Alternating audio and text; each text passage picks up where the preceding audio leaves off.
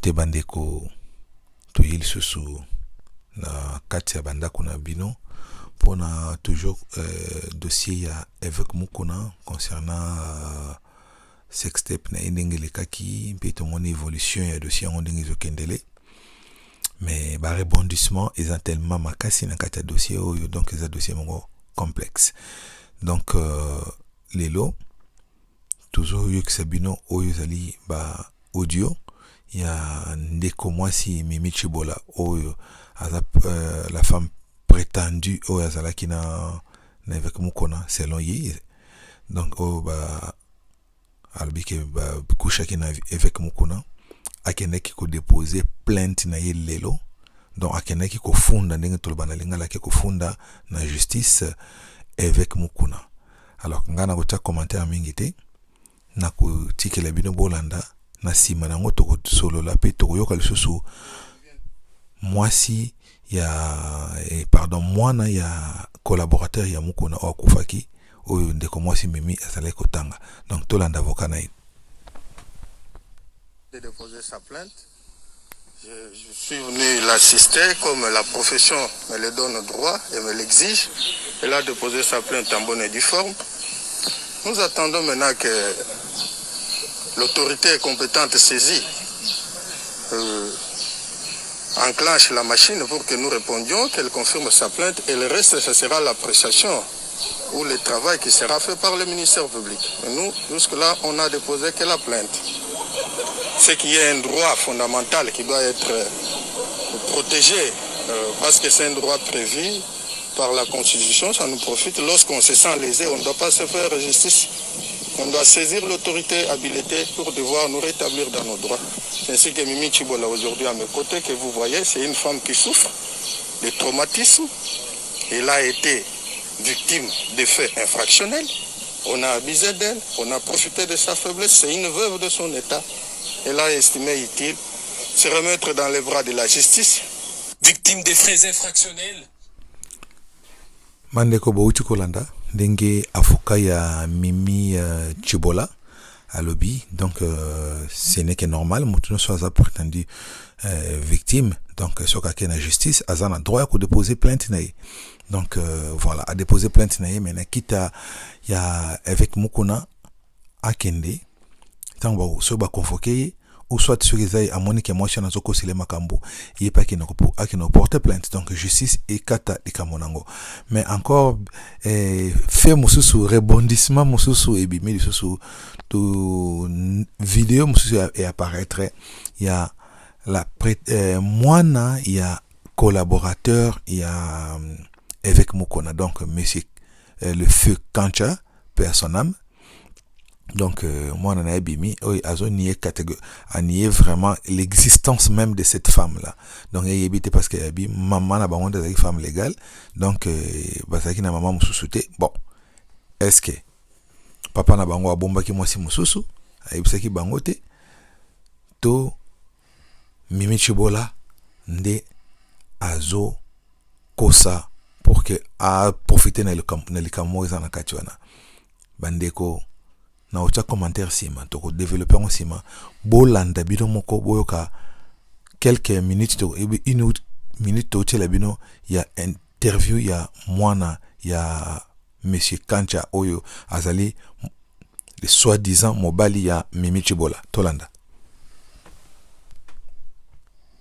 J'espère avant que tu n'as loba muto nyonso ayebi ngai amoni elongi ya Kancha epa na ngai ngai nde mwana ya Kancha ya mwasi ya liboso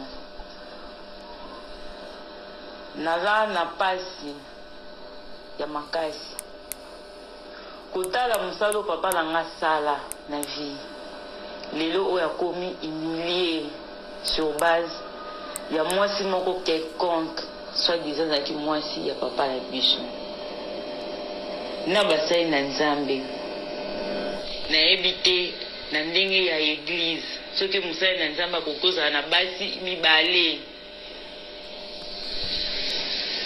ngai naza mwana ya Kancha wa Milongo mwasi na ye kombo na ye so na kumanda Marlène mwana na ye ya liboso Milongo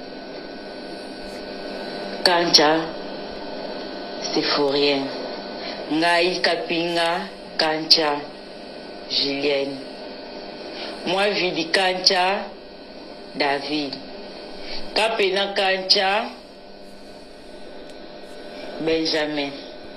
Muzinga Kancha Virka ou la mama. Muswamba Kancha Bernadette. Oui.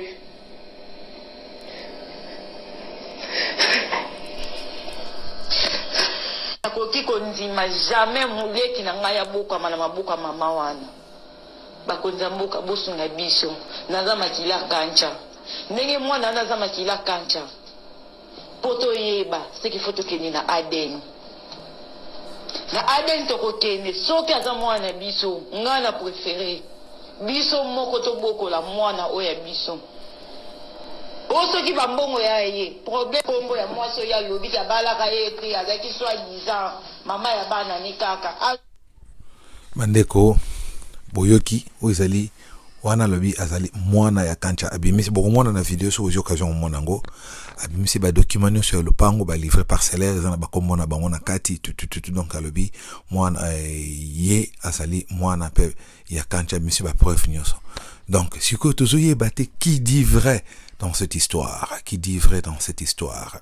Donc est-ce que monsieur Kancha a bombaki mwana mususu to bombaki mwana mususu te mimi kuna pe le billet kuna pas pelé moto le billet donc ya kotika te ça que déjà na niveau de justice toujours senga justice que la justice soit faite. Donc soki mwana wana zali mwana na bango ba ça va tester Aden ba ça mikanda nyos tout ba e ba la que ça soki za mwana et mwana ya monsieur Kancha donc azala rétabli pe na ba droit na e comme étant mwana et que ceux qui makambo ya viol salami oyo qui le coupable soit traduit en justice. Donc voilà quoi maman to sengena bino na kimia maman soki oyebi que likambo so ça les al fantaisie et likambo lokuta c'est le moment de se repentir il y a qu'à retirer dossier na yo parce que ça ne sert à rien il y a qu'à salir mémoire ya mutu to personnalité ya mutu moko bo soki oyebi na conscience na yo que likambo wana ezali likambo lokuta. Donc nous on te donne tout ce petit conseil soki oyebi que na conscience na yo et que avec mokuna asali le côté et que ozolo bana c'est faux retirer plainte na yo ça ne sert à rien koko c'est la moto du campo.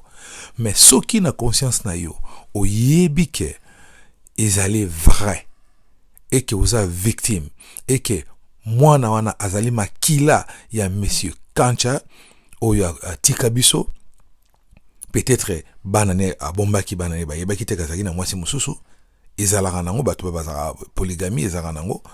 Donc kende na dossier oyo tina suka ba bosamba na avec mukuna na famille ya bana wana na bandeko na bandeko ya mwana na yo makamnosto ezala justice ezala esalema et que victime et pardon oyo azali coupable azala jugé na justice congolaise. Donc merci beaucoup na ndenge bozi occasion ya kopesa biso to continuer dossier oyo to kopesa rabino ba suite nango pour que boyeba toyeba koyeba évolution nango ekomi na niveau nini. Merci beaucoup, n'oubliez pas de vous abonner dans notre chaîne PF Bonheur TV et côté toujours cochine ko ngonga wana bokosha yango pour avoir des notifications na ba analyse na biso ndenge nini tozoke na dossier oyo pe na ba dossier mususu uzotala ba fait à société et politique na mboka na biso. Merci et bonne journée.